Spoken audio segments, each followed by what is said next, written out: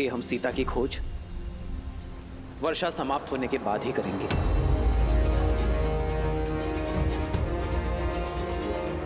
तब तक आप सभी वानर सेना अपने परिवारों के साथ अपने घरों की सीमा में सुरक्षित रहिए।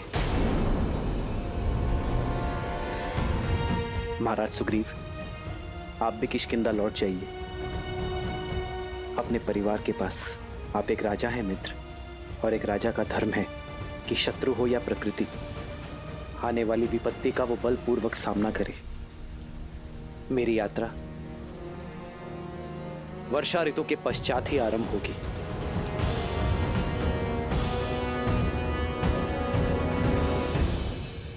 जो आज्ञा श्री राम।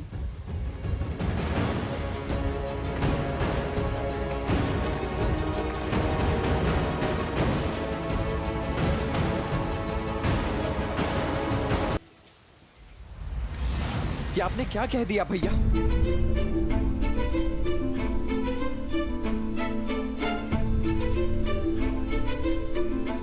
वीर पुरुष ऋतुओं के बदलने की प्रतीक्षा नहीं करते, वो तो ऋतुओं को अपने अनुसार बदलने के लिए विवश कर देते हैं। भाभी माँ वहां ना जाने कितनी पीड़ा में होंगी भैया, आपकी बाट जो रही होंगी और आप यहाँ कह रहे हैं लक्ष्मण, ये प्रतीक्षा हमें हमारे लक्ष्य की ओर और निश्चय देगी। तुम्हें क्या लगता है लक्ष्मण, इस संसार में मुझसे अधिक किसी को सीता की चिंता होगी? क्या इस ब्रह्मांड में मुझसे अधिक किसी को सीता से बिछोह की पीड़ा होगी? मैं हर क्षण सीता की कामना करता हूं लक्ष्मण। अब यदि एक क्षण भी मेरे मन में सीता को खोने का विचार आया तो मेरी सीता के स्मरण में इस राम के प्राण चले जाएंगे लक्ष्मण।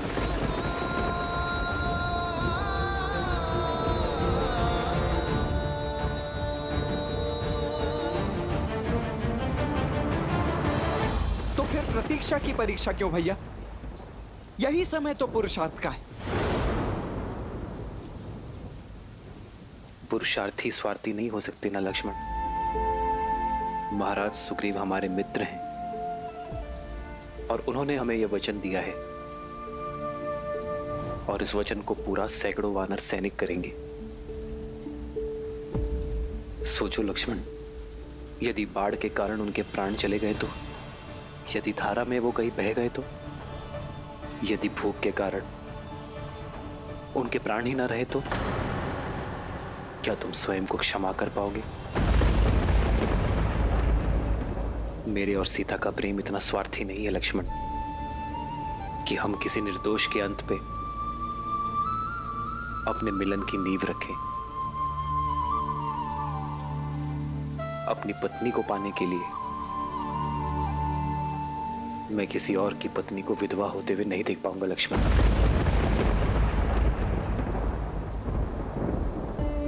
वियोग की जिस पीड़ा को मैं झेल रहा हूं, मेरे कारण ये पीड़ा कोई और झेले, ये लांछन मैं सह नहीं पाऊंगा लक्ष्मण। आपकी करुणा महान है प्रभु। अन्य वानरों का समझा, पर आप मुझे मत रोकिए। आप मुझे एक अवसर दे प्रभु। अकेले माता सीता को खोजने की आज्ञा दे प्रभु। हनुमान, तुम्हारा मेरे प्रति समर्पण मेरे व्याकुल मन को शांत करता है कि कोई है जो मेरे और लक्ष्मण के अतिरिक्त सीता को खोजने के लिए विचलित है। किंतु ये युद्ध तुम अकेले नहीं लड़ सकते हनुमान। हमें संगठित सेना की आवश्यकता है हनुमान। मुट्ठी जब बंद होती है तभी बलशाली होती है। एकता की शक्ति को समझो। समय कठिन है, किंतु इस कठिन समय का सामना हमें साथ मिलकर करना होगा। एक सच्चा नायक वही है जो सबको साथ लेकर आगे बढ़ता है। इसलिए प्रतीक्षा करो हनुमान।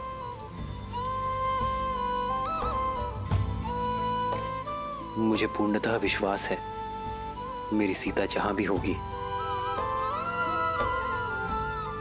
महादेव स्वयं उसकी रक्षा करेंगे। और तब तक हर पल कैसे बिताएंगे आप भैया? इस प्रतीक्षा में बिताया हर एक पल मेरे साहस और मेरे निश्चय को और बढ़ाएगा लक्ष्मण। सीता से मेरी मिलन की इच्छा को और बली करेगा। मेरे प्रेम की डोर को वर्षा की ये बूंदें पुष्ट करेंगी और मेरे क्रोध को वो धार मिलेगी जिससे मैं अन्यायों का अंत कर सकूंगा।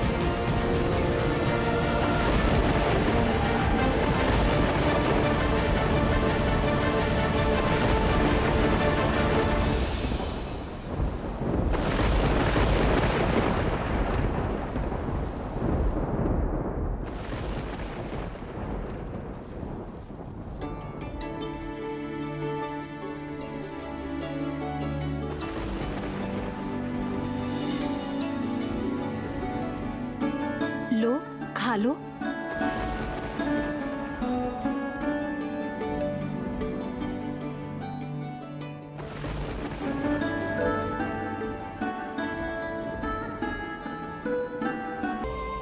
जो संसार को सुख समृद्धि प्रदान करते हैं, लक्ष्मी नारायण के वही अवतार पीड़ा में है महादेव।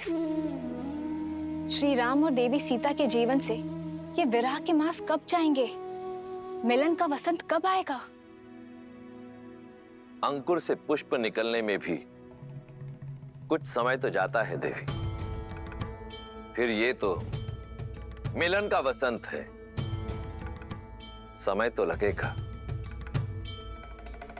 धैर्य रखना होगा। किंतु ऐसे विकट समय पे कोई धैर्य कैसे रख सकता है महादेव?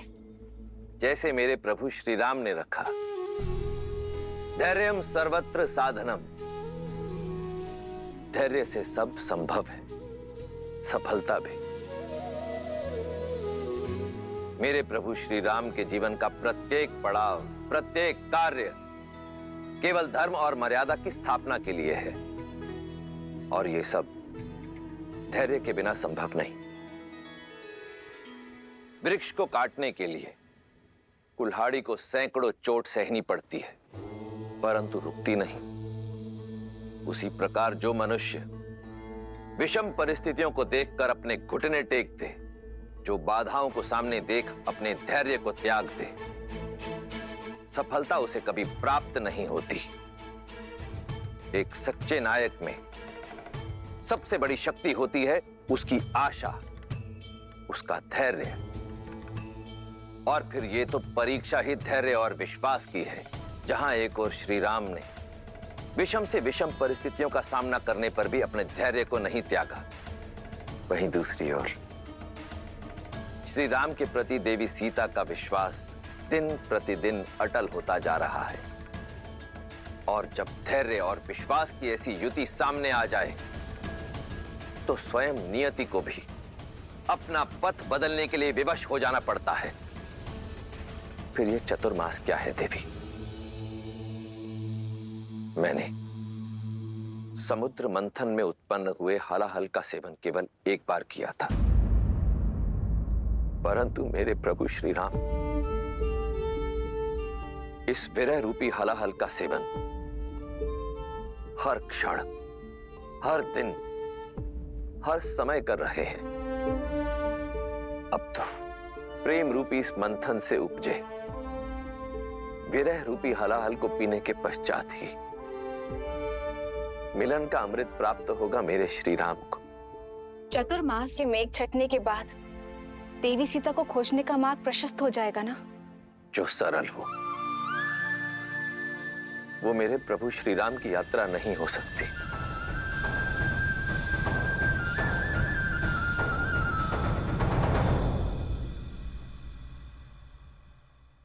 वर्षा ऋतु समाप्त हो चुकी है। शरद ऋतु को आरंभ हुए भी 2 दिन बीत चुके हैं। अब तक तो वानर राज को अपनी संपूर्ण सेना के साथ यहाँ उपस्थित हो जाना चाहिए था। कहीं चतुर्मास के विलंब की आड़ में अपने वचन को ही तो नहीं बहा दिया है उन्होंने। भाभी माँ को ढूंढने में हमारी सहायता तो करेंगे ना वो? ऐसा मत कहिए लक्ष्मण भैया। वानर राज सुग्रीव एक सम्मानित वानर हैं, वचन के पक्के। लक्ष्मण भैया, मैंने उन तक समाचार भेजा है, दूत उत्तर लेकर आता ही होगा। दूत? परंतु दूत भेजने की आवश्यकता ही क्यों पड़ी हनुमान जी? वचन के अनुसार चतुर्मास की अगली भोर पर ही उन्हें यहाँ उपस्थित नहीं हो जाना चाहिए था। अपनी पत्नी को पुनः पाते ही भूल गए कि जब किसी व्यक्ति की पत्नी किसी दुष्ट की बंदिनी बनी हो तो कितनी अधिक पीड़ा होती है। शांत हो जाओ लक्ष्मण, तनिक करुणा रखो। किसी व्यक्ति की परिस्थिति जाने बिना उसके कर्मों का आकलन करना अनुचित है। जय श्री राम। तुम अकेले आए हो? वानर राज सुग्रीव कहाँ है? वानर राज सुग्रीव ने क्या उत्तर दिया?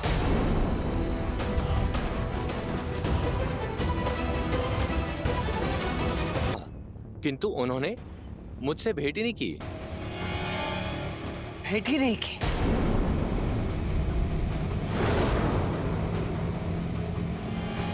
ऐसे किस कार्य में व्यस्त हो गए थे वो कि उन्होंने मित्रता और वचन दोनों की मर्यादा लांघ दी?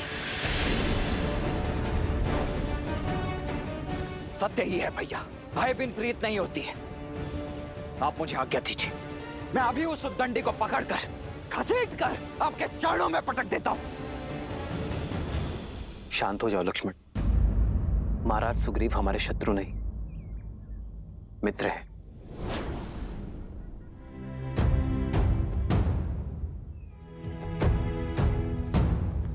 हमें अधीरता में आकर कोई अनुचित निर्णय नहीं लेना चाहिए। कदाचित सीता की खोज की तैयारी में वो व्यस्त हो। प्रभु, आप मुझे आज्ञा दीजिए, मैं स्वयं जाकर वानर राज को लेकर आता हूं। संध्या होने को है हनुमान जी, और वानर राज सुग्रीव के पास सूर्योदय तक का ही समय है। यदि सूर्योदय तक वो यहाँ उपस्थित नहीं हुए तो भैया और भाभी माँ के सौगंध, इस लक्ष्मण का क्रोध सुग्रीव और किष्किंधा दोनों को भस्म कर देगा। लक्ष्मण भैया, आप धैर्य रखिए, हनुमान के होते सब शुभ ही होगा। हाँ लक्ष्मण, सर्वप्रथम व्यक्ति को समझना चाहिए, उसकी विवशताएं हो सकती है। हनुमान, तुम जाओ और उन्हें सूचित कर दो कि हम उनकी प्रतीक्षा कर रहे हैं। जो आ गया प्रभु।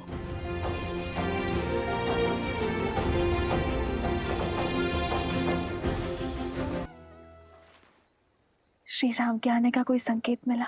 मैंने प्रयास किया, बिना किसी को भनक लगे सूचना निकाल सकूं। लंका की रक्षिका लंकनी से भी पूछा, लेकिन कोई सूचना नहीं। सीता, मेरा संदेह उचित था।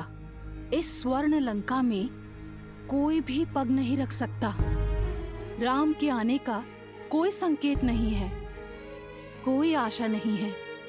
निराशा के बादल कितने भी घने हों, लेकिन आशा की किरण उन्हें चीरकर बाहर निकल आती है। जानती हो, मैंने कल रात क्या स्वप्न देखा? मैंने देखा कि तुम राजसी वस्त्र पहनकर, सुंदर आभूषणों में सुसज्जित होकर, पुष्पक विमान में बैठकर अपने श्री राम और लक्ष्मण के साथ उत्तर दिशा की ओर जा रही थी। किंतु वो विभीषण, वो श्वेत वस्त्र पहनकर 4 सूंडों वाले गज पर सवार होकर पुष्पक विमान के साथ जा रहे थे। और क्या देखा आपने? और मैंने देखा कि एक वानर श्री राम का उद्घोष करते हुए पूरी लंका को भस्म कर रहा है, और फिर लंका जल में समाहित हो गई। महादेव करे आपका ये स्वप्न शीघ्र अति शीघ्र सत्य हो जाए, ताकि मैं अपने आर्य और लक्ष्मण भैया के साथ अयोध्या जा सकूं। धन्यवाद त्रिजटा, आपने मेरी सोई हुई आस जगा दी। श्री राम के आने का दीप प्रज्वलित कर दिया।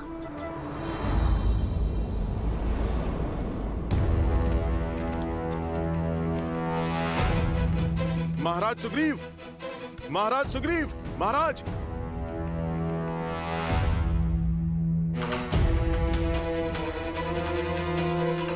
महाराज सुग्रीव कहां पर हैं? महाराज तो आए ही कहाँ हैं? सप्ताह बीत गए।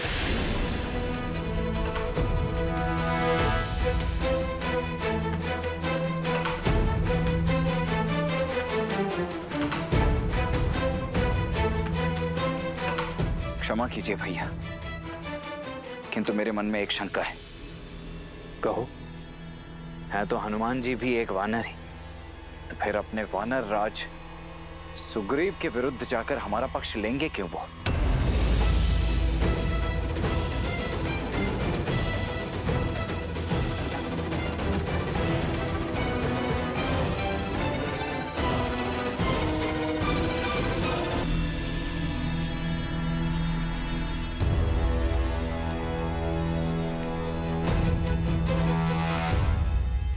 प्रणाम हनुमान जी। मुझे महाराज सुग्रीव से मिलना है। क्षमा, किंतु आप यहाँ से आगे नहीं जा सकते। महाराज का आदेश है। ठीक है, तो मैं यहाँ पर प्रतीक्षा करता हूँ। तुम महाराज को जाकर संदेश दो कि मैं आया हूँ। उनसे चर्चा आवश्यक है, विषय बहुत गंभीर है।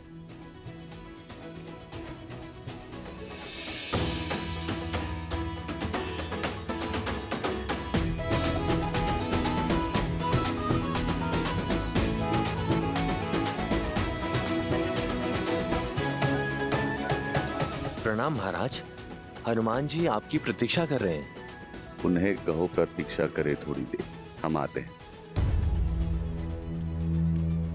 महाराज ने आपको यहीं प्रतीक्षा करने को कहा है, और ये भी कि उनके मनोरंजन में विघ्न ना डाला जाए।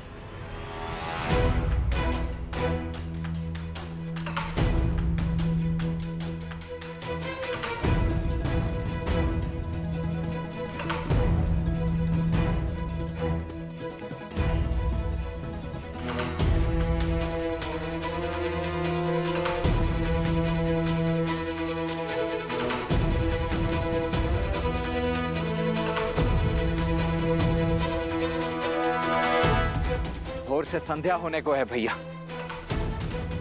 अब तक भी हनुमान जी सुग्रीव को अपने साथ लेकर लौटे नहीं हैं। हनुमान का प्रेम निश्चल और समर्पण निष्पाप है लक्ष्मण। मुझे पूर्णतः विश्वास है कि वो मेरे मित्र सुग्रीव को लेकर अवश्य लौटेंगे।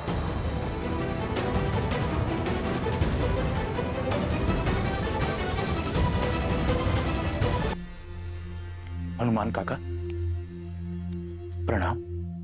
आप इस समय यहाँ, और आप इतने चिंतित क्यों लग रहे हैं? महाराज सुग्रीव को प्रभु श्री राम के दिए वचन का स्मरण कराने आया हूं। दीर्घ काल से प्रतीक्षा कर रहा हूं, परंतु महाराज सुग्रीव अभी तक व्यस्त हैं। क्या चाचा श्री ने आपको प्रतीक्षा करवाई? ये उचित नहीं है। मैं अभी जाकर उनसे बात करता हूँ। नहीं अंगद, तुम्हारा भीतर जाना अभी उचित नहीं होगा। महाराज अभी आते ही होंगे। मैं यही प्रतीक्षा करता हूं, तुम जाओ।